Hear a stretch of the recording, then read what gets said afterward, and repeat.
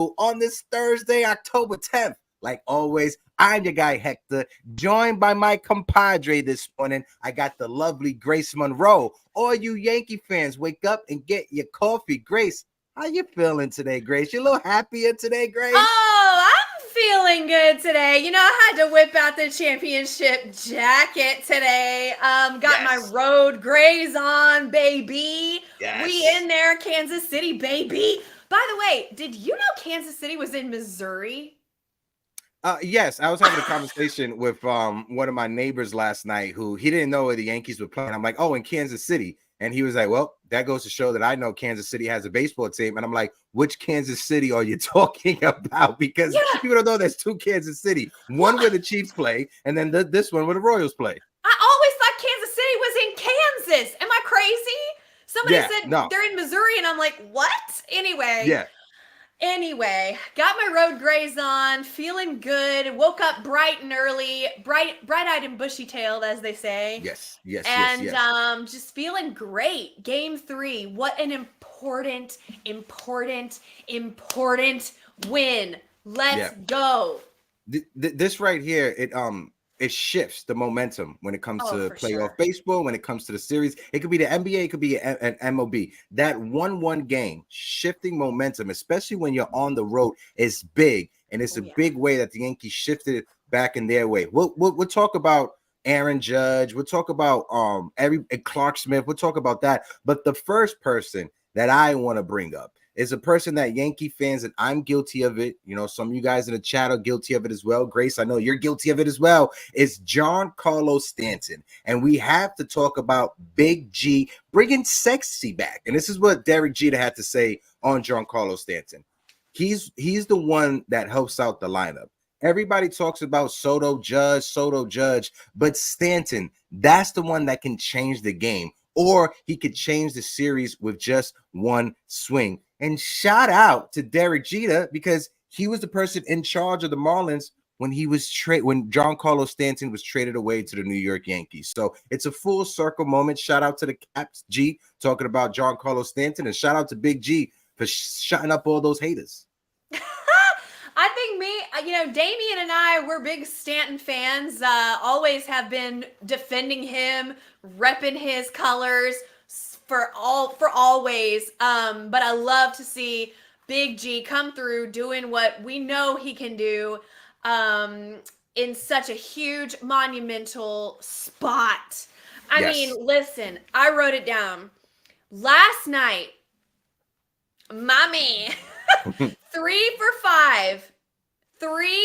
for 5 in game 3 of the ALDS. Let me say this again. A 5-game series. This was game 3 with the series tied.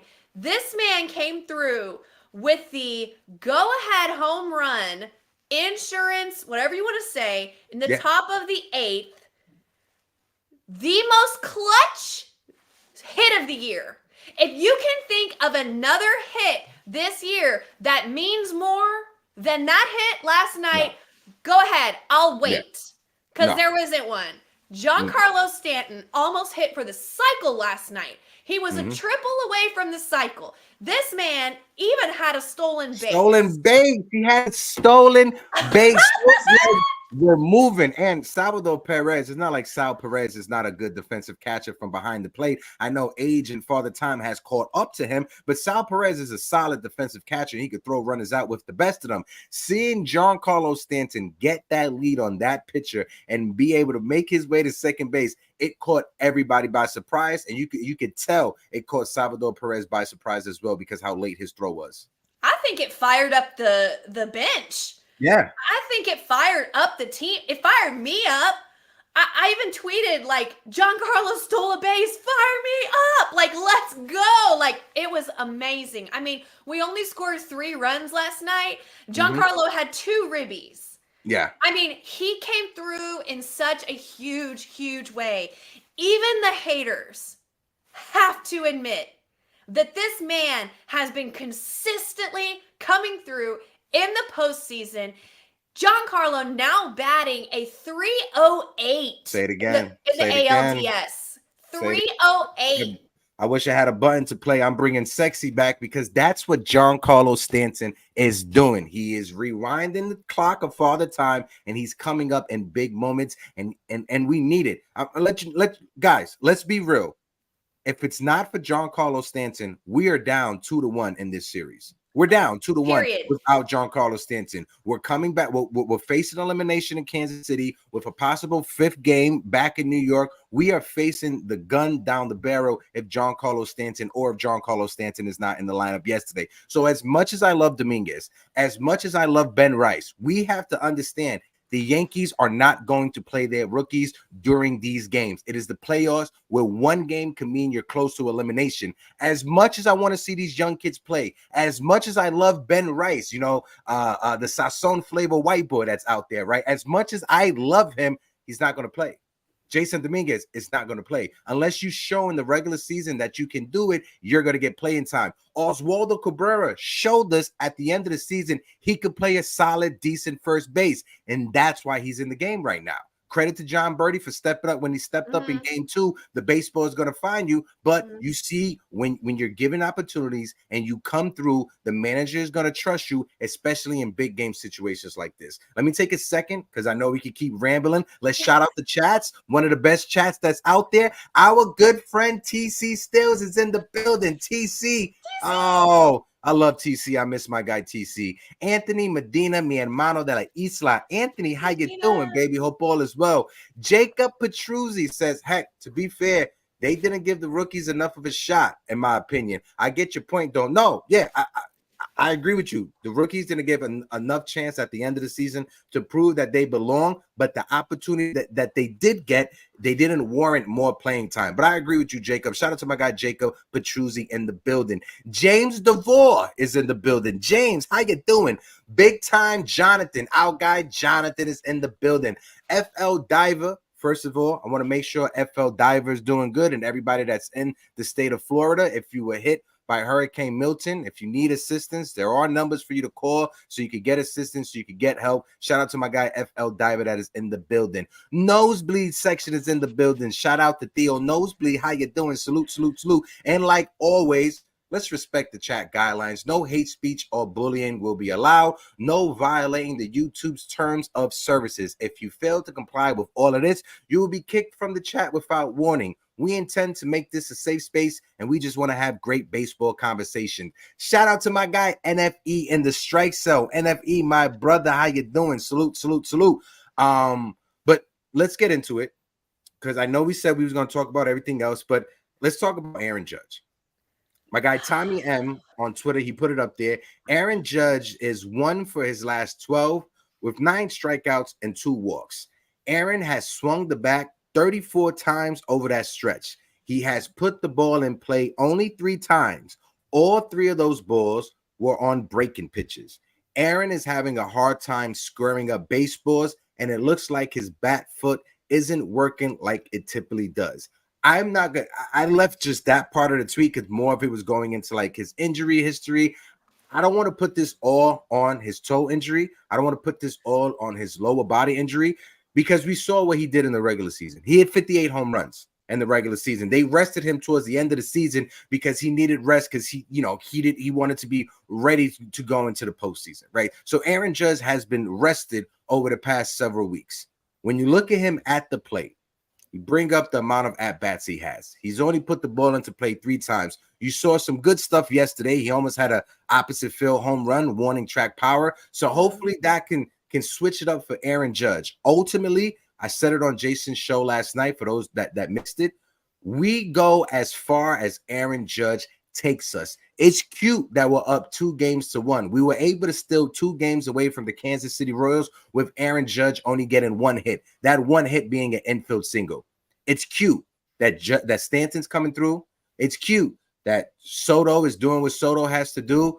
Verdugo got that hit. All of that is cute. We are only going to go as far as Aaron Judge takes us. And if Aaron Judge doesn't turn it around and he starts performing like we know Aaron Judge can perform, we're gonna be on vacation. Not going to Disney World when it comes to winning the championship. Grace, what's your thoughts on that? Yeah, I think that Aaron Judge is close. I really do think that. And I think he's squaring up more balls. It seems like, he's getting a little bit more hard contact. Like you said, he went out on the warning track yesterday. He had a hard hit liner that he went out on yesterday. He did work a walk. He made a couple great defensive plays. And I heard on Pinstripe Chronicles, Derek said that Teacher Man flew into Kansas City, Missouri yesterday and worked with Aaron, and his swing looked better last night than it had before. So I think he's close. I really do think he's close. Now, tonight with Michael Waka, I don't expect to see much success, but when we get into the bullpen tonight, I'm looking for Aaron Judge to turn one. I really think that tonight is the night he's going to come alive once we get into the bullpen. So I'm going to be looking for that tonight. I do agree with you. The way the Aaron Judge goes, the team goes. Absolutely. But, it's only been 3 games so far. And I feel like he's close. I feel like he's progressing, even though they're small. If you've been watching him, then you can notice even the minutia of him locking in, and so I think he's close. It's the same conversation we was having on Tuesday about Anthony Volpe's at bats. Anthony Volpe's at bats progressively have been getting better as the postseason games have gone deeper. Again, we all want to see results, but it's good to point out that Aaron Judge ABs, his at bats in yesterday's game look way better than his at bats in game 1. That's one thing I just want to point to Yankee fans. Again, not trying to find excuses, right? We need to see results from Aaron Judge. I just want to point out that his at-bats in game 3 looked way better than it did in game 1. And as much as I want to sit back, and I was guilty of it yesterday talking about the umpires, and I'm going to pull up the umpires scorecard from last night's game. As much as I want to lean on that, I have to live in reality. And reality is that Aaron Judge didn't come through. Yes, we could point at the umpires, and yes, we could point at the bad calls at first. We can point at all of that. But at the end of the day, when everything is said and done, Aaron Judge did not come through. And if you want to try to find a silver lining with the umpire, find the silver lining in the umpire. The one thing I would say is that in 20 years or in 30 years, when Aaron Judge is retired and I have gray hair and me and Grace are starting our Yankee show from our nursing homes in 30 or 40 years from now, right? The only thing that's going to be remembered about this postseason run, it's not the umpires, it's Aaron Judge not coming through. When you look at the Yankees from the mid-2000s and Alex Rodriguez didn't produce, were there some bad umpiring calls? Absolutely. Do anybody remember those umpires that were in those games? No. You just remember Alex Rodriguez. And that's what's going to happen to Aaron Judge in 50 years if he doesn't get that chip off his shoulder and get that championship. I mean, you're right. But Giancarlo, when he's going, that kind of makes Aaron Judge go sometimes. And if he is going to be a threat to the pitchers in that spot that he's in, and Wells is not good, maybe we consider switching them. And I know we like the right, left, right, left, right, left. But if Giancarlo is going to provide the protection that Austin Wells just isn't providing right now, no offense to Austin Wells, I love him, but listen, we got to get Judgy going. You know what I mean? And if putting Giancarlo behind Aaron Judge makes him get going more, then that's something we might need to look at. I mean, Wellesley was 0 for 5 last night with 3 strikeouts in the cleanup spot. It can't happen. It can't happen in the postseason. I'm sorry. I love Austin Wells. I wish he would win Rookie of the Year. I'm so proud of him and how far he's come on defense this year. I think he's the catcher of the future. Absolutely. However, 0 for 5 with 3 strikeouts in the cleanup spot cannot happen in the postseason. It can't happen.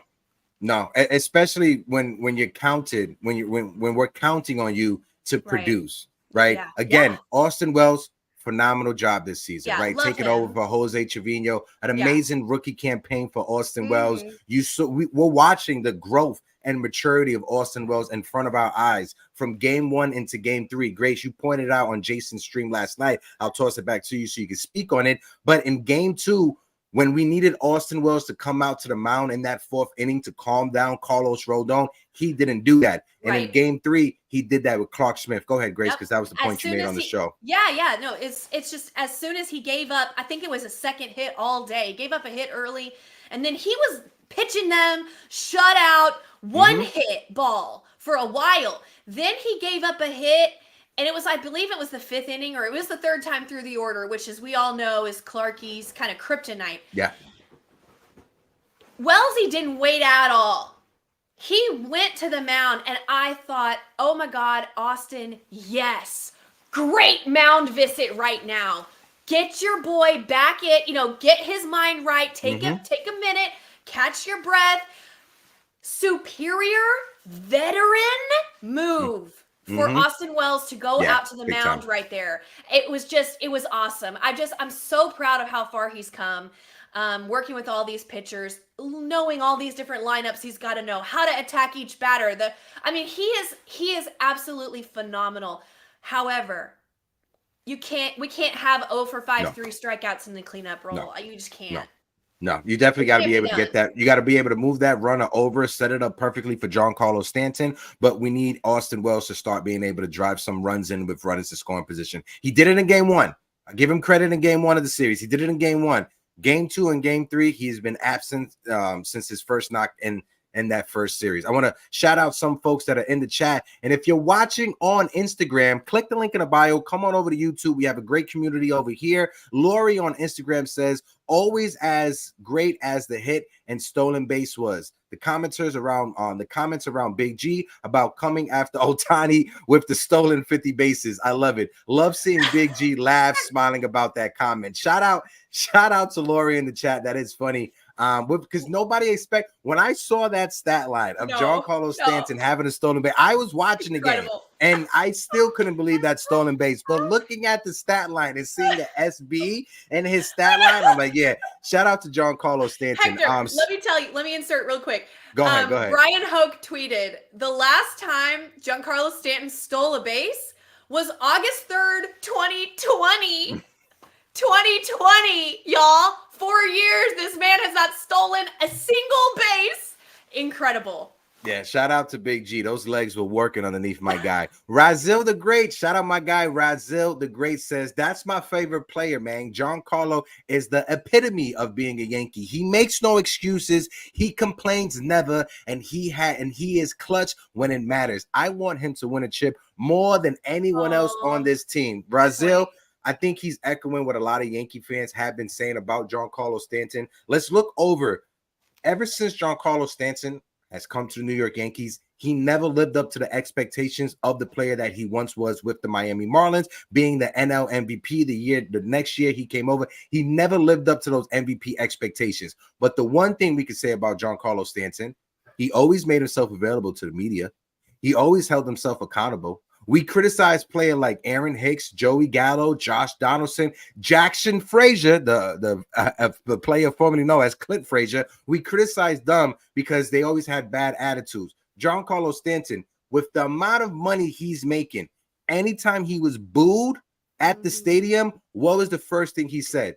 They have the right to boo me because I'm not coming through. He's not finding excuses. He's not at all. Last year, he was a bit frustrated towards the end of the season, and you could get it. The injuries were getting to him, right? He wasn't the best version of Giancarlo Stanton last year. But this season, slimming down, taking his body when it comes to his just his flexibility, not relying heavily on muscle bells and just being this Adonis of a figure. Credit to Giancarlo Stanton, right? He has totally rechanged this game. At this late stage of his career, most players would retire if they were going through the struggles that Giancarlo Stanton was going through. He stuck through it, and he is coming through when we need him the most. He's so tough. I remember I saw when he was trying to return from injury this year, I saw someone had detailed his workout regimen to try to rehab. You guys, this man is putting in serious work to return from his injuries every time. It's so easy for us as fans to be like, he's injured again. He'll get injured again. He can't even run. He can't. This man was bedridden this season, had to hire multiple trainers to put together a regimen so he could rehab. Up early in the morning, lifting big weights, doing lunges across the field with his knees shaking for lack of stability because his muscles had atrophied. This man wants to be out there so bad. And when he is out there, now, is it as much as we would like? No. Is everything, rainbows and flowers? No. But when he is out there, he is Giancarlo Stanton. And there is no ifs, ands. You can't, there's no argument to be had. Yeah. There's a country song that goes, I ain't as good as I once was, but I'm as good once as I ever was. And that's Giancarlo Stanton. I mean, he is Big G. Yeah. Period. Yeah. Giancarlo Stanton, shout out to Big G, the earthworm Jim of the Yankees universe. Shout out to Big G. I'm going to shout out my guy Ghost. Ghost just came in the building. Morning, Hector. Morning, Grace. And Ghost says Cole needs to show up and the offense needs to show up if Cole does it. Point blank, period. And I want to have that conversation. And like Alex says, please smack that like button and hit the subscribe button. We are on our way to 5K subscribers. We are at 4,400. On our way to 45. So if you guys are watching us, hit the like button, hit the subscribe button. We got over 60 people watching us collectively. We're on 16 likes. Smack that like button. Let's get the likes up to 50 or as close to 50 as we can. But talking about Garrett Cole, we need Garrett Cole to have a Garrett Cole performance. I'm not sure if Luke Weaver will be available tonight because he did pitch 5 outs and he pitched more than an inning in game 1. I know it was a day. I mean, in game 2, I know it was a day off in between. He pitched in game 1, game 2, day off. He pitched yesterday as well. I'm not sure if Luke Weaver will be available. If I'm the Yankees, I'm trying everything I can not to pitch Luke Weaver today. I want to have him rested. I don't want to push the buttons because say like this: if Luke Weaver comes in today's game and he blows the game and we lose the game, now we got game 5 with Luke Weaver definitely not being available. Right. So as much as we want to close it out, we have to be smart about it, right? This is the first time Luke Weaver has gone into this role. He's not Mariano Rivera, right? He's not John Wetland, right? Even Aroldis Chapman was able to pitch multiple innings, right? This is the first time Luke Weaver has done this in his career. Let's not try to Scott Proctor Luke Weaver the same way Joe Torre did it back in the day. So let's be cautious with Luke Weaver. I'm going to need Garrett Cole to give us 6, 7, maybe 8, even 8 innings tonight. And we're going to need somebody else from that bullpen to step up. What's your thoughts on that, Grace? And folks in the chat, let us know as well. I mean, first of all, Daddy Cole is going to be just fine. I have no doubt in my heart, in my mind, that Daddy Cole will be doing Daddy Cole things tonight. He's coming off of his normal rest, not his extra rest. He's coming off of this man is a Virgo, okay? Routine, perfection, control. He thrives on it. We all know he likes his routine. He is going to be off his normal routine. He is going to be doing his thing. He's going to be on the road. He's a road warrior. And the team's going to be behind him. And we got multiple guys who can close the game. If we've got a little bit of a lead going into the 9th inning, Cousins could close the game. Hamilton could close the game. Canely could close the game. I know he pitched last night, but he didn't pitch that deep. I think maybe that's why Aaron Boone pulled him early and said, let me try to get an inning and 2/3 with Weaver, and then tomorrow I can use Canely. I don't know what his thought process was, but we have multiple guys who have closer stuff if need be. If we have a nice lead, I would be comfortable with any one of them trying to close the game. And I bet Cole takes us deep tonight. I think he'll take us probably to the 7th inning at least. When the pressure's on, this man shows up. And I expect a big start from him tonight. Yeah, same. You know who else I expect big things from tonight, Hector?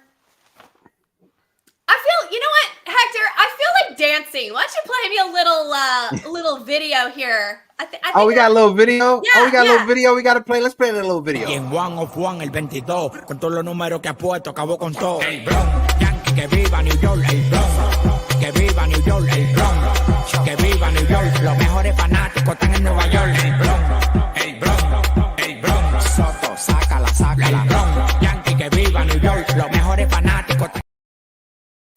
That I wanted to say the same thing, Grace, and you set it up perfectly. Shout out to El Alfa with that song. It was right before the playoffs. It dropped perfectly. The Yankees were playing it on their social media. Shout out to that one. I'll be playing it again towards the end of the show. But the one thing I want to say is Juan Soto almost hit one out in that first inning yesterday. He almost set the tone. If that wind was blowing out, or if we were at Yankee Stadium, both Juan Soto and Aaron Judge would have had a home run. And I'm going to need Juan Soto. In game one, Juan Soto was awesome. Game two, you know, he disappeared. He had a couple walks in last night's game. I'm going to need a Juan Soto home run. Sácala, sácala, número 22. Please, Juan Soto, please. I think it's going to happen. He sees Waka really well. I mean, you were talking about his performance in game one. Michael Waka is the matchup tonight as well. Soto sees him. Soto's in his head. Soto will make him throw 8, 9, 10 pitches. He will be making a statement tonight. He's a road warrior. He loves it. I see Soto coming through big tonight. And then, like I said, Judge later when we get into the bullpen. But Soto, I'm looking for him from the first inning. He is going to come out and make Michael Waka have nightmares. Sean Browning in the chat just put it 22 plus 99 plus 27 equals ALCS. You know what, Sean? I like that math, Sean Browning. Shout out to my guy, Sean Browning, and shout out to my brother. This is my guy, Chris K, with the $5 super chat. If Cole doesn't go 7 innings, I think Luis Hill should be utilized. It's been a while since he has pitched. Shout out to my guy, Chris K. If you guys aren't following Chris, he just started dropping amazing content when it comes to interviewing Yankee players and just other athletes. He had an amazing interview, probably the best interview I ever seen with Luke Weaver. Please go show some love to my guy, Chris K, on Instagram. Chris, always appreciate you, brother. I got somebody backstage that I want to bring up. I got our friend Jason161. So I'm going to play this Juan Soto song while we bring up Jason. Y en Juan of Juan, el 22, con todos los números que ha puesto, acabó con todo. El Bronx, Yankee, que viva New York, el Bronx. Que viva New York, el Bronx. Que viva New York, los mejores fanáticos están en Nueva York. El Bronx, el Bronx, el Bronx. Soto, sácala, sácala. El Bronx, Yankee, que viva New York, los mejores fanáticos. My guy, Jason. Jason, good morning, handsome. How you feeling? Good morning, guys. How y'all doing? Good, baby. Good. Good. We're dancing. We're celebrating. We're vibing real high up here. So good to see your faces this morning. It really is. I just took my little one to the pediatrician for a checkup. So now Nice. home and rock and roll, baby. Rock and roll. Now, what's your thoughts about that Juan Soto song? Because for those of you guys that don't know Spanish or lost translation when it comes to it, at the end of the song, he says, the best fans in baseball are from New York, but specifically the Bronx, right? So coming into this postseason, the big question is, what is going to happen to Juan Soto in his free agency? Where is he going to go? And I think El Alfa putting this pressure on Juan Soto going into the postseason. Juan Soto is a player who feeds off of pressure. He feeds off of criticism. Having that big question on his back, on top of the Dominican community as well, bringing him pressure. Now, I think Juan Soto is going to thrive, and I think tonight both Soto and Judge are going to have a big game. What's your thoughts on that, Jason? And then kick it over to Grace. I would agree with that, and I like the fact that Soto had a meeting in July with Hal, like a private dinner meeting or something like that, and Hal stressed how much he wants him here and so on and so forth. And he didn't divulge much of the details, but he did say that he was very impressed at how much they value their players and how they treat their players and so on. So he spoke pretty glowingly about Hal and the Yankees. So and I do think that at the end of the day is going to wind up with they're going to pay, but I think he's going to wind up back with the Yankees. Yeah, same. Go ahead, Grace. y'all, that's breaking news to me. There was a private meeting between Juan Soto and Hal Steinbrenner in July. I did not know this, but you know what? That's the meeting I have been telling y'all was going to happen, where Hal said, listen, go test free agency because he knows he's going to anyway. Go test free agency, see what there is to see. But when it's all said and done, you call me. Yeah. You call me and I will. And maybe he didn't say this out loud to Juan Soto, but this is what's going to happen. I'll match. Yeah. I'll match whatever it is. I'm going to do what needs to be done to get you back in the Bronx, to get you home in the pinstripes. And so you go have fun, get wined and dined, and 69 or whatever. And then when you're done, call me. And, and Juan Soto said, all right, you got it. And that's what's going to happen. And I think everybody understands, knowing that Scott Boras is his agent, Scott Boras is going to let the market dictate what is Juan Soto's worth. And then from there, he's going to add his Scott Boras tax on top of it. Okay, the market sees him as a $600 million player. We want 650. Who's going to come close to 650? And that's how Scott Boras is going to operate. I think with the Mets being in the position they are in right now, and shout out to you Met fans that are out there, because yes, this is a Yankee podcast, but we would be idiots not to mention how great of a run the Mets are having and what Francisco Lindor yesterday. Did you guys know that yesterday was the first time ever that the Mets were able to celebrate in Queens when it comes to a postseason victory, advancing to the next round? This is the first time ever. So if you guys are Met fans out there, if you guys have friends or family that are Met fans out there, give them a congratulation, right? Because we would be idiots to say what the Mets are doing in Queens is it doesn't factor in to Juan Soto's decision in the offseason, because it absolutely does. Seeing what the Mets are doing right now, if you're Hal Steinbrenner, you're nervous because all the Mets are missing is Juan Soto, right? Is a bat like Juan Soto in that lineup. So they're having a magical run. Let's focus back on our Yankees. Just give credit with credit is due. Shout out to the boys in Queens for doing what they had to do. Yankees 2.0 in Queens, because there's so many former Yankees over there. Know what I mean? Right. I texted Erica yesterday and I said, this we Mets, love our little brothers, right? this Mets success is the worst thing that could happen to the Yankees trying to re-sign Soto. And Erica said, well, I don't understand, that argument, because everybody was saying he's just going to take the most money. He doesn't care about winning. And I said, I didn't say that. I never said that. I said he wants money and winning. I said, you have two billionaires who want to take you out on a date. One of them looks like Brad Pitt, and one of them looks like, that guy with the googly eyes from The Sopranos. What's his name? Oh, no. No shade. He's a great actor. What's his name? I don't know what you're talking about. His cousin Tony. Tony's cousin Tony. What's his name? Oh, my God. Y'all help me out. You talking about Christopher? No, not Christopher. Tony. His cousin Tony, who he shoots with the shotgun. Spoiler alert. Oh, you talk about the guy from Boardwalk Empire. That's yes, who you talking about. Empire. Yes. God, what's his name? Steve Buscemi. Yes. Thank you. Buscemi, Okay, Buscemi. So you got two millionaires who want to take you out or want to marry you, right? One of them looks like Brad Pitt and one of them looks like Steve Buscemi. Which one are you going to pick? That's what I'm saying. He's going to get paid regardless, whether he goes to the Yankees or whether he goes to the Mets. He's going to make that coin, okay? But one of them looks like Brad Pitt and one of them looks like Steve Buscemi, okay? But now Steve Buscemi doesn't look like Steve Buscemi anymore, okay? Now you got Brad Pitt and Tom Cruise. You know what I mean? I'm really dating myself with these 90s references, but it's fine. Now you got Brad Pitt and Tom Cruise. Now which one are you going to pick? You see what I'm saying? That is not ideal. That is not ideal for Grace, because I want to shout out Double A. Yes. Alex and I was thinking about you this morning. I hope all is well. I shot you a text message. Let us know. Well, you just let us know that you're doing good because you're in the chat. Double A, just know we with you. And again, everybody that's in Florida right now, Damien messaged us this morning. Damien is doing good, just so everybody know.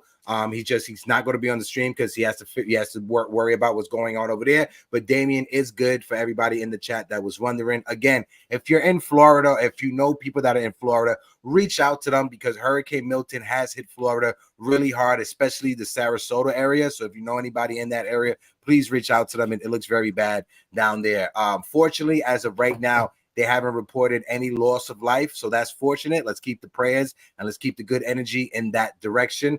Switching gears back to talking baseball, let's bring up, I just want to touch on both the lineup and the pitching from yesterday. First, let's start off with the pitching. Clark Smith, 4 2/3, 4 hits, 2 runs, 1 walk, 4 strikeouts. It's weird to say this, but Clark Smith, out of the 3 starting pitchers we had, he has had the best performance out of Garrett Cole, Carlos Rodon, and Clark Smith. Clark Smith was the solid guy. He wasn't able to get out of that 5th inning, but Clay Holmes came in, and credit to Clay Holmes. They found him a new role.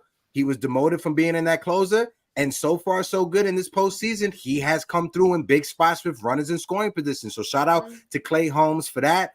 And then when you look at it, Tommy Kahnle, an inning in the 3rd, and then Luke Weaver, 1 inning, 1 2/3, 2 hits, no runs, no walks, no strikeouts. Luke Weaver, ice in his veins, just like you said last night, Jason, on the stream. Luke Weaver has found a new role.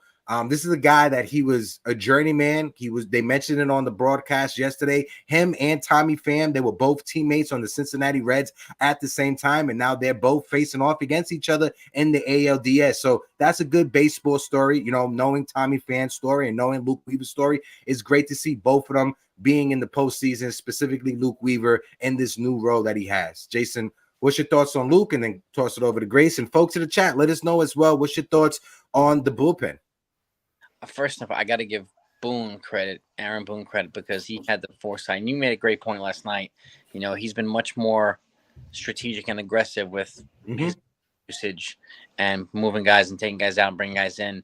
And it's created opportunities now for guys like Luke Weaver to really shine. And it created a new opportunity for Clay Holmes, and he's embraced this role. I got to give Clay Holmes, he's taking it like a mature adult, and he's like a pro, and he's embracing his role. And we have something we didn't have before. It's almost as if they acquired a pitcher at the trade deadline without acquiring the trade deadline, right? You know, we got a new closer without trading for one, right? And we got a new middle relief guy without trading for one. I mean, we have, but we got Clay Holmes too. So that, to me, we found something here, and I got to give credit to Boone for creating that environment, allowing this to happen. But Weaver, man, he's fearless. He's animated. He's, you know, I'm glad he's the closer right now. I really, really am. Yeah, same. I think big credit to Matt Blake for working with him, putting him in this role, having confidence in him, and credit to Cashman for picking him up. Like we said, he's been around. He was I don't want to say failed starter, but you know, that role didn't end up working out for him. They put him in the bullpen. They tried him in different roles and different lanes in the bullpen. And I mean, obviously this has been a huge success. I don't know how much longer we have him. I don't know what his contract details are. 1 year? Yeah. 1 more year after this year. Nice. On the cheap too. On the cheap. Yeah, that's what I'm saying. I saw a picture of him out in the wild, and someone had ran into him and took a picture with him, a fan. This guy is about this big. Yeah. He is a skinny guy, you know, like you wouldn't recognize him on the train. No, white guy with like spiked hair and like a golf polo on with like seersucker shorts. I'm like, this guy looks like he'll be drinking a White Claw in a golf cart next to my husband. Like, you would never think this man was a bulldog closer in the AL East. Yeah. Like, it's amazing what he's been able to do. I know we joke about Ian Hamilton being an extra in a mob movie, right? So we got to figure it out with Luke Weaver, right? And I thought about this just right. Luke Weaver is an extra from the movie Wolf of Wall Street. That's what Luke Weaver is. Luke Weaver looks like he is a stock guy that just sits in Wall Street on the 15th floor and whatever hedge fund company. That's what Luke Weaver looks like. Like you said, Grace. 500 pounds beans, sell. Exactly. It looks like Luke Weaver looks like he goes golfing in the Catskills on the weekends. That's what Luke Weaver looks like. Shout out to Luke Weaver. Like you said, if he was walking in the street, no one could recognize Luke Weaver or point him out. And this is one thing I want to say. I would be lying to you, right? And all of you Yankee content creators and fans out there as well, you would be lying as well if you don't admit in the offseason when we got that notification on our phone that the Yankees re-signed Luke Weaver to a deal. I would be lying if I didn't throw my phone down and said, what the hell are we doing? What are we doing? I know when the Yankees, when that announcement was made with Luke Weaver, because I was on stream talking about it with my guy Ruben. I know when that announcement was made, I was upset about it, right? Because I'm like, we could have went out there and got Josh Hader. We need an actual closer because Clay Holmes isn't a closer. And in last night's game, facing Tommy Pham with 1 out left to go, I already saw all the headlines ready to be printed, and I saw the tweets, or they all just needed to be sent on Twitter. If Luke Weaver would have had that blown save, or the Nate, you see, this is why the Yankees need a closer. This is why the Yankees need to go out there and trade for this person. This is why the Yankees need to go out there and sign this person. Well, guess what? You had to delete your stories. You had to delete your tweets because Luke Weaver came up big. And like I said, I would be lying to you guys if I would say that I was excited about Luke Weaver returning to the Yankees, because I absolutely wasn't. And Luke Weaver has proven me wrong, and he has proven 99% of us Yankee fans wrong. He was called a dumpster dive move by Brian Cashman. Yes. What?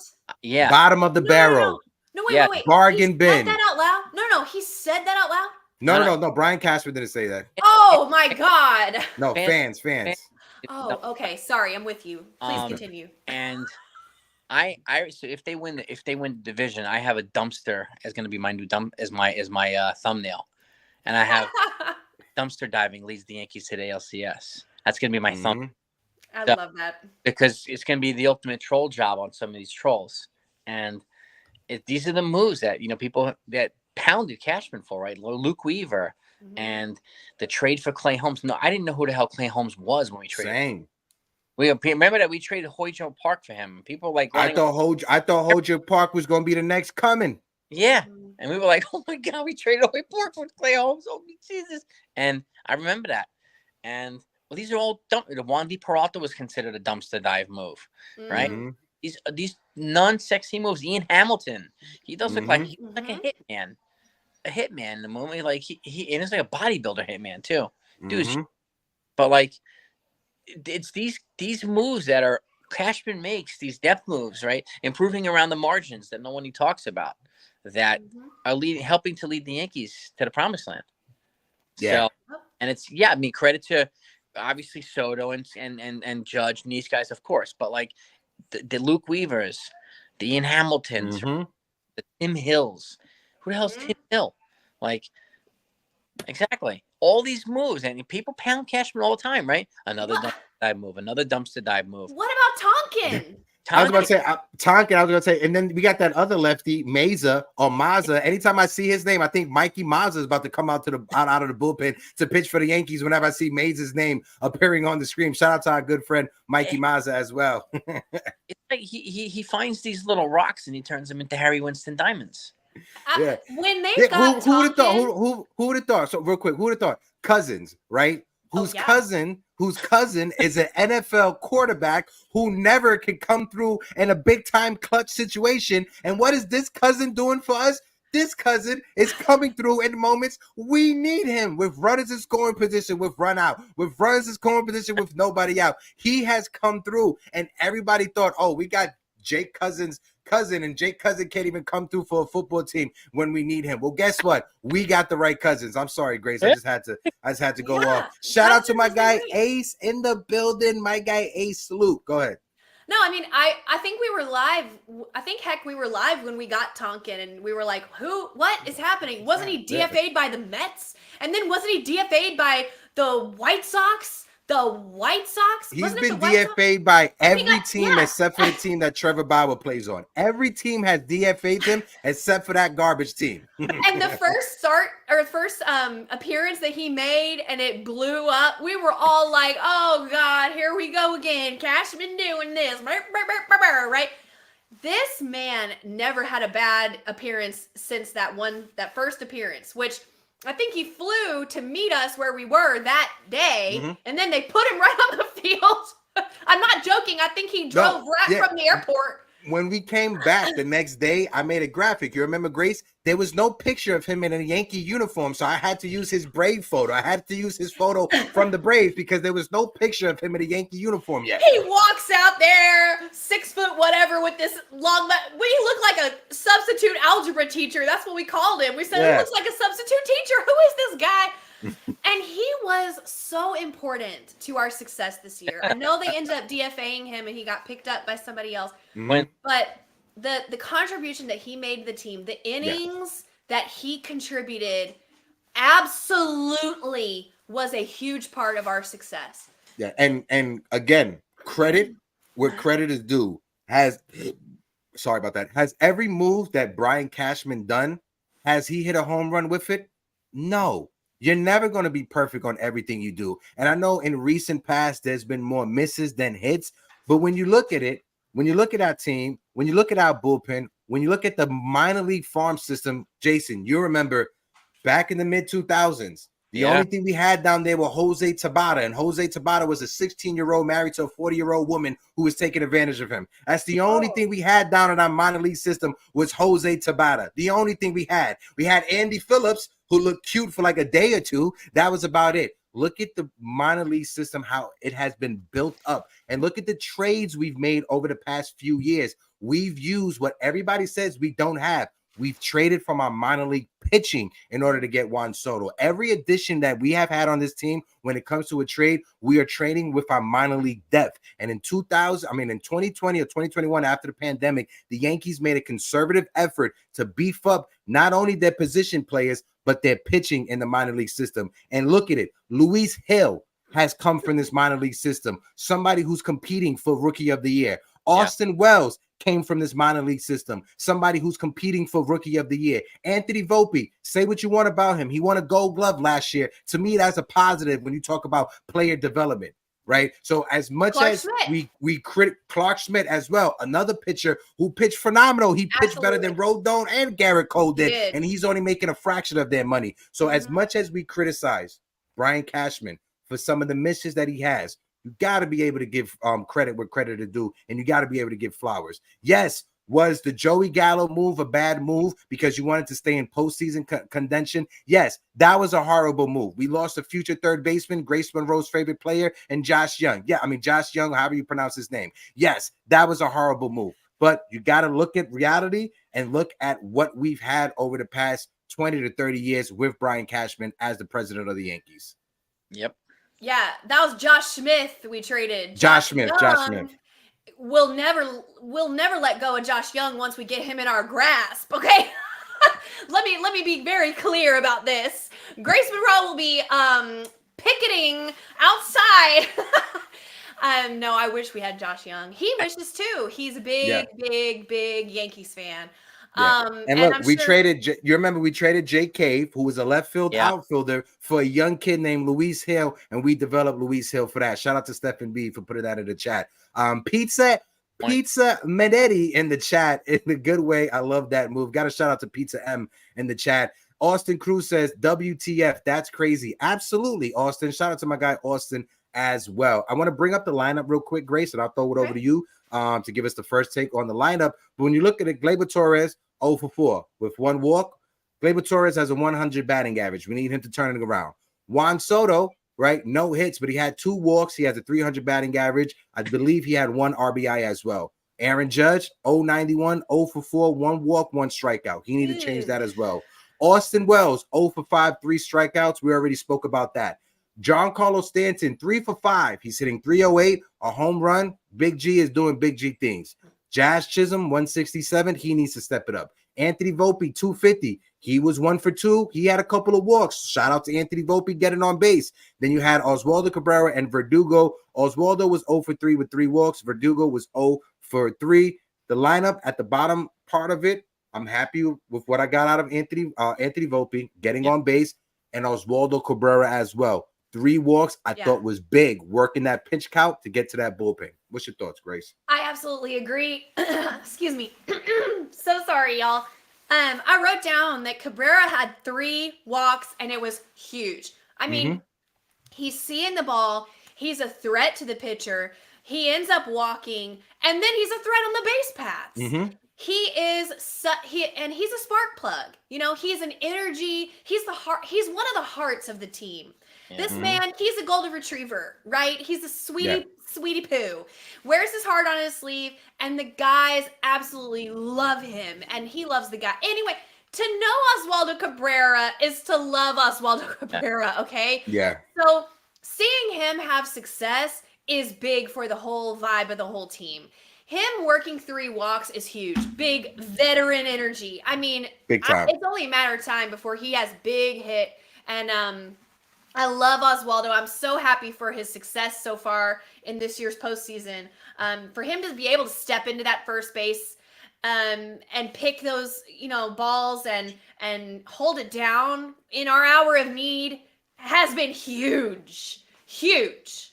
Mm-hmm. So, and he had great at-bats from the left side last night against righties and lefties. So I don't want to hear this argument of, he can't start against, no. He gave good quality at-bats against both righties and lefties last night. Yeah. Nosebleed. Yes. Shout out to, I read it in my head and I forgot to read it out, but let me read it out before Nosebleed gets upset at me. Alex Verdugo with a 300 batting average, but he was 0 for 3 in last night's game. So shout out to Alex Verdugo for coming through in the first 2 games. Credit where credit is due. He's played a phenomenal defensive left field. In game 1, that play towards the left field line, I said it.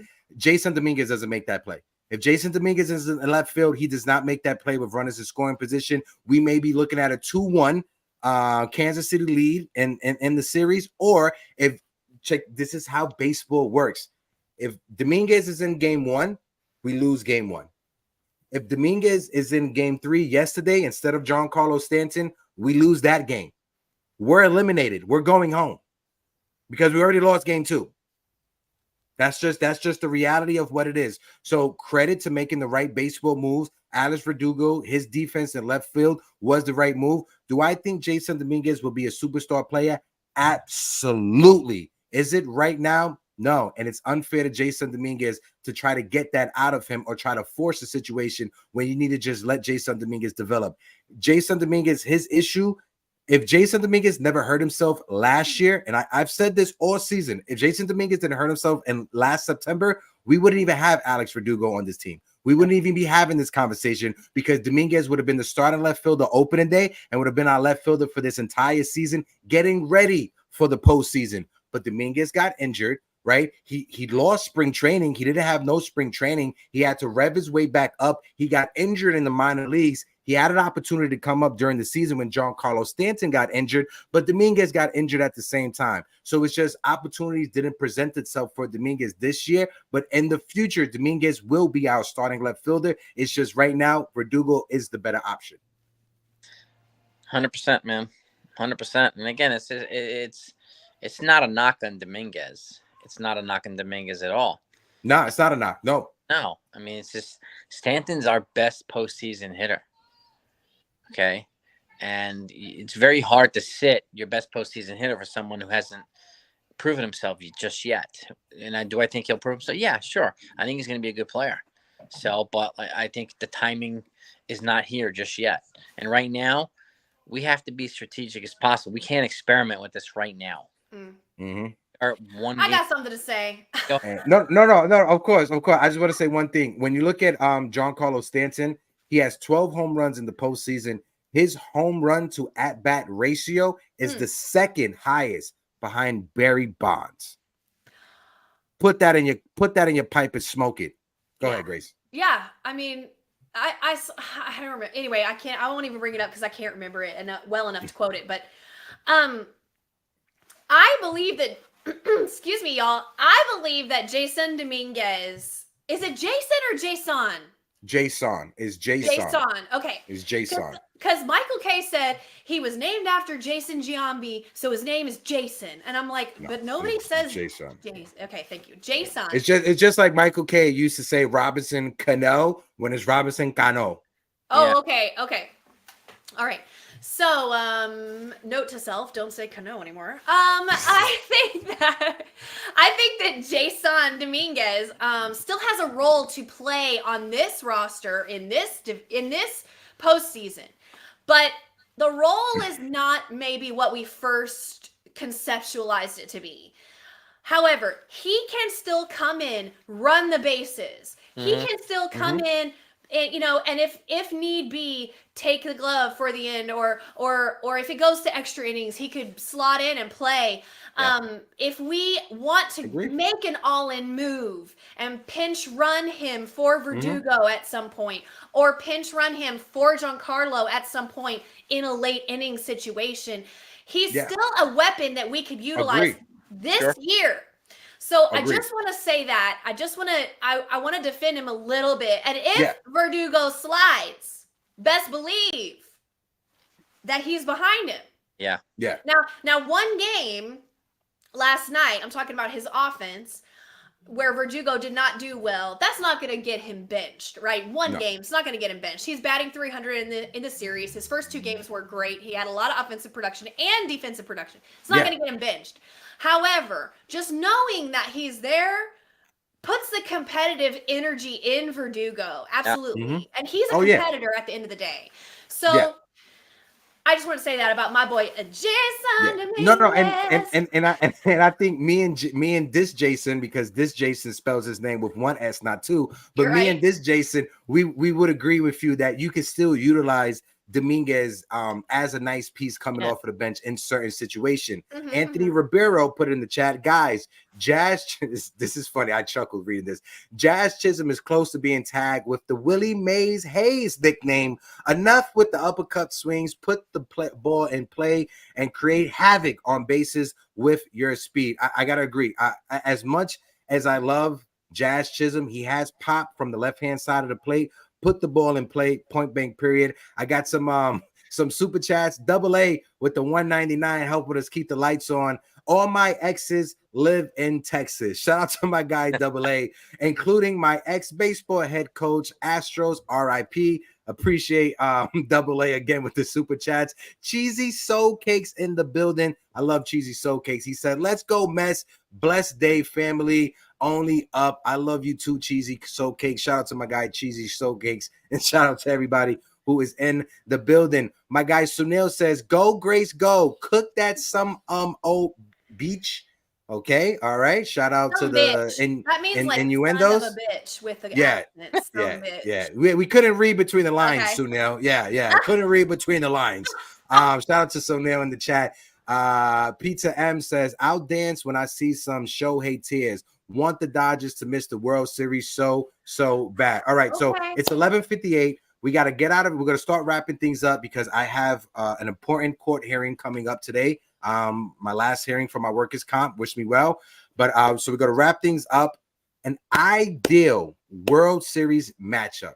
Jason, I'll toss it to you first and then toss it over to Grace. I know we may be touching the money right now, but fuck it. We here. We're going to have the conversation. An ideal World Series matchup for you, Jason, would be who? Yankees Mets. Oh, I did not expect that. Oh no, I don't want that. I don't want that. That'd be like the World Series for Juan Soto. I would be dying from anxiety. Oh my God. But I mean, the sports drama would be great. We need to match the energy that's being put out in Citi Field. This is crazy there. We need to match it at Yankee Stadium and then some. Keep on. And that, I think, puts us in a position to do that, and especially if we beat them. I would love to be the Padres, but I think this is the put your money where your mouth is series here, and it looks like the stars are kind of pointing towards a potential Subway Series. All right, y'all. I dropped the link. I dropped the link to the panel. You guys can jump up. We're doing just one hot take from your fans, and you guys are gonna go. So I put the link in the chat for the open panel. One hot take, and then you go so we could bring the next person up. We're going to be doing this for the next 15 minutes because, like I said, I got to get ready to close things up.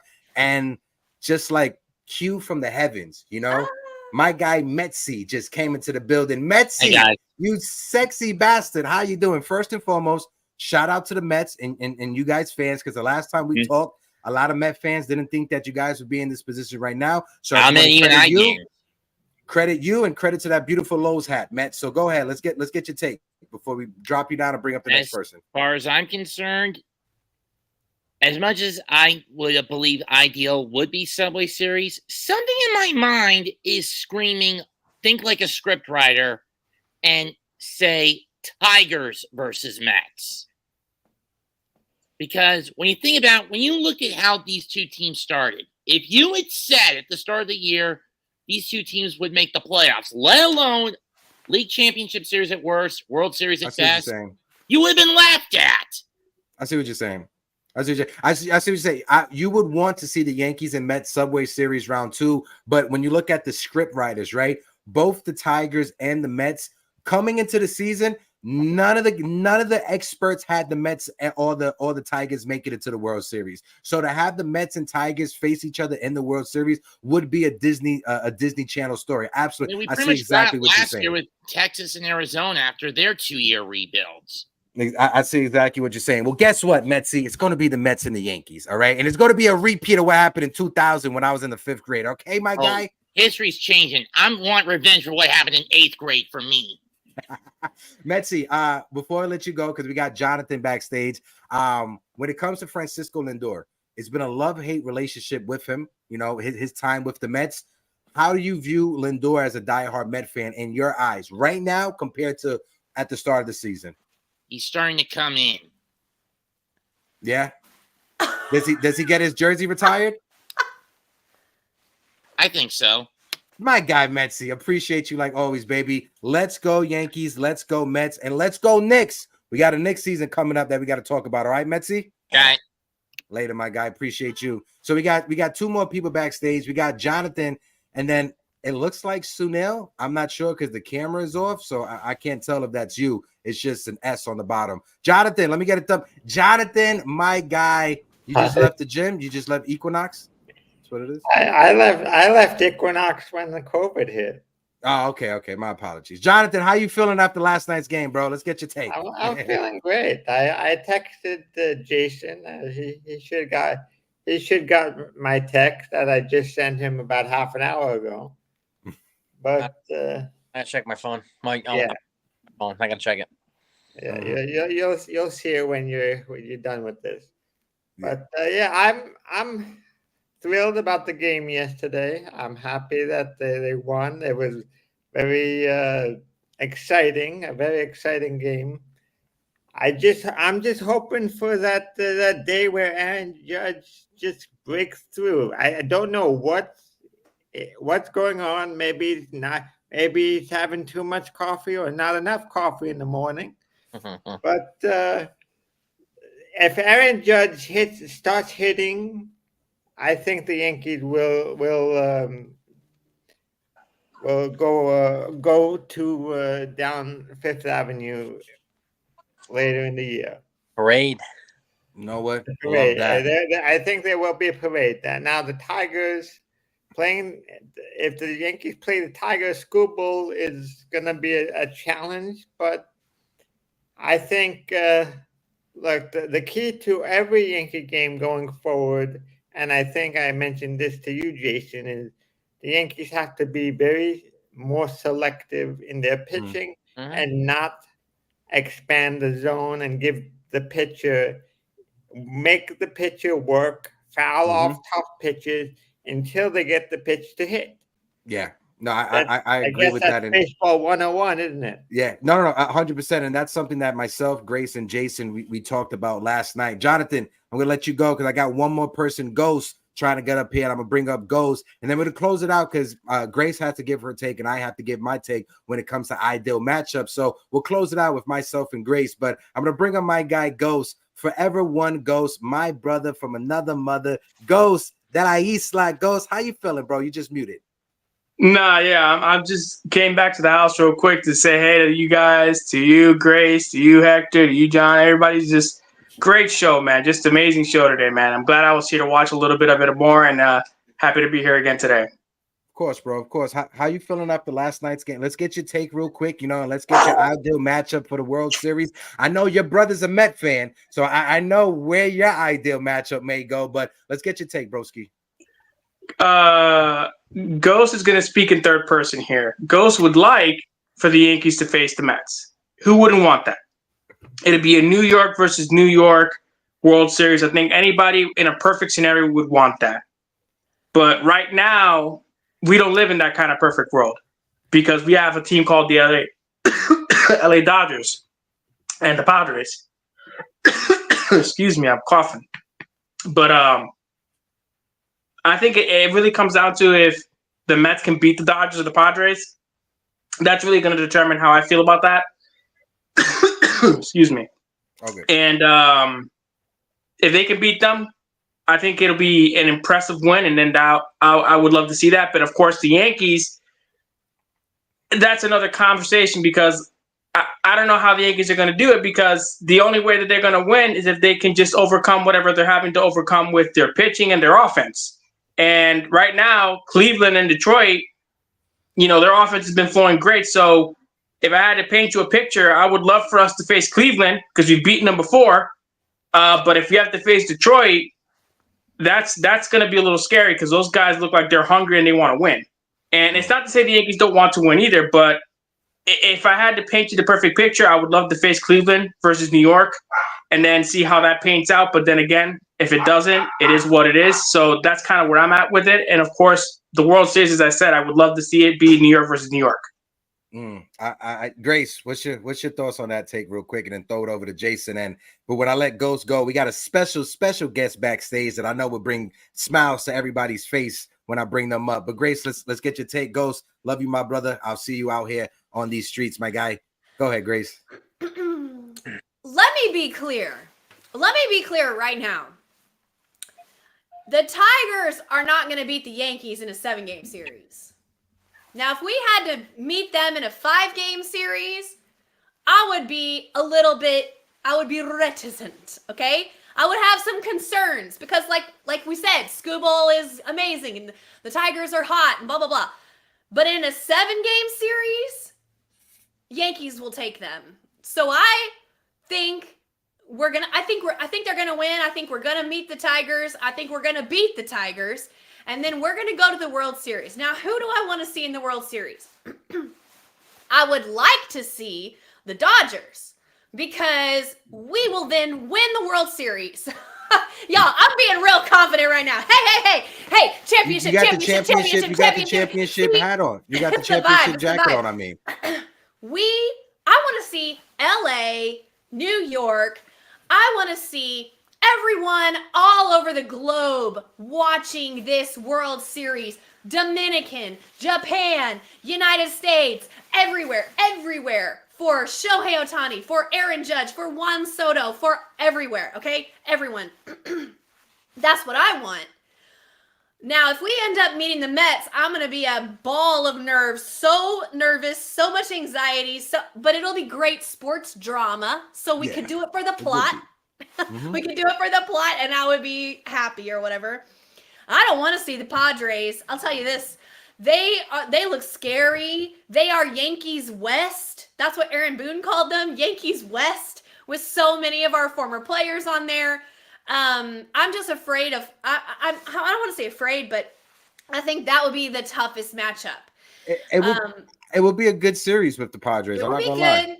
It would be good. Now, so yeah, that's what I think. I think Dodgers is who I want. Okay, well, I'm gonna save my take because we got somebody backstage, and no, I'm not you, Sunil. You're gonna have to wait, Sunil. Wait a few seconds. But we got somebody backstage that would bring up, and I know it would put a smile not only on my face, but on your face, Grace, and you as well, Jason, because we got our guy TC Stills in the building. My brother TC. Oh, what's up, guys? First of all, this is how you know TC just woke up. Look at his hair. Look at his hair. He just got out of bed right now. Look at his hair. No, that's a fresh haircut. What are you talking about? I didn't get out of bed. TC, no, I'm joking. TC, I miss you, man. How you been, bro? I miss you guys, man. Grace, how you doing? Jason, what's up? What's up, Long brother? time no see, huh? Yeah, man. Yeah. Hey, Yeah, I mean, what can you say about Stanton, man? I mean, the guy comes through in the postseason. You can be on him all year about, what he doesn't do, but guess what? He shows up in the postseason. Unlike our captain, he's not doing much, but it was a huge win last night. Great. I mean, that was just amazing. I mean, we needed that. I mean, that's whoever wins game 3, I think was going to win the series. So, Cole on the mound tonight. I really hope he does what he should do, what we pay him to do, and we take the series. Who's your ideal matchup for the World Series, TC? Oh, I'd love Yankees Dodgers, but I can't stand the Dodgers. I just can't stand them. I live out here. I can't stand the fans. The fans have been awful. I have to wear my San Diego shirt. Look at that. I'm supporting San Diego out here. I love the city. So I'm pulling for the Padres. I mean, it was a rough one last night, but I think they might be able to take it in Dodger Stadium, and then I'd like to see Yankees Padres. That would be with all the ex Yankees on the team, that would be great. The Padres have ex Yankees. The Mets have ex Yankees. The Mets manager is a former Yankees bench coach with Aaron Boone. And I'm not sure if you guys heard Carlos Mendoza's post game comments towards the team. If you guys can go and listen to it, the most motivating speech I've ever heard from a baseball manager in the postseason. I listened to that, and that man had me wanting to run through walls. And again, I know it's close to home, being that he is Latino, he's Venezuelan, and hearing the passion that he has as somebody who was a minor leaguer for 13, 14 years. He was a bench coach for several years as well before he got this opportunity. And to hear how he communicates with his teammates, I'm gonna just say it. I'm jealous that Carlos Mendoza is not our manager. I'm just say that. I would have loved for him to be our manager or got the opportunity to be a manager here with the Yankees. I'm jealous that he's not our manager, because you could tell every one of those guys on that 26-man roster respect, and they were ready to go to war for that guy. You can just tell just from the relationship they have. And again, I know I'm a Yankee fan. I'm jealous that Carlos Mendoza is not our manager. I love Aaron Boone. I love what we got going on right now. TC Stills is the captain of the Aaron Boone and Brian Cashman fan club. He's the president of it. But I would be lying if I didn't say that I'm just jealous of Catherine we trust. Of the Met fans over there. Yeah, and Cashman and Brian Cashman we trust, right, TC? Oh yeah. TC, people are gonna believe that that's true. If they haven't been around and they don't know, they might actually believe that you really do love Brian Cashman. Yeah, they need to go back to some of the old Morning Brew podcasts and see all the comments. Yeah, the Yanks Brew from January, right? From January and February. Guys, we just got to wrap it up, just because, like I said, I have my court hearing. I just got a call from my lawyer. Sunil, I'm sorry. I know you're backstage. Sunil, we'll bring you up on the next show. I promise you that. TC, thank you so much for joining us this morning. It's great to see your face. Jason, my brother, like always, appreciate you. Grace, you the best. You guys. I appreciate you guys. Everybody that's in the chat, from Double A to Sunil to Pizza M, Rod that was in the chat. My brother Forever Ghost. Mark T. Maker's in the building. My guy Mark T. Maker was in the building. Sean Browning, Frederick as well. And of course, my lovely girlfriend, Alex, love her so much. Austin Cruz, appreciate you. Chris Cancel was in the building. Appreciate the super chats. Like always, we're going to try this new with TC here and Jason. Like always, I'm Hector. I'm Grace Monroe. I'm Jason. TC Steals.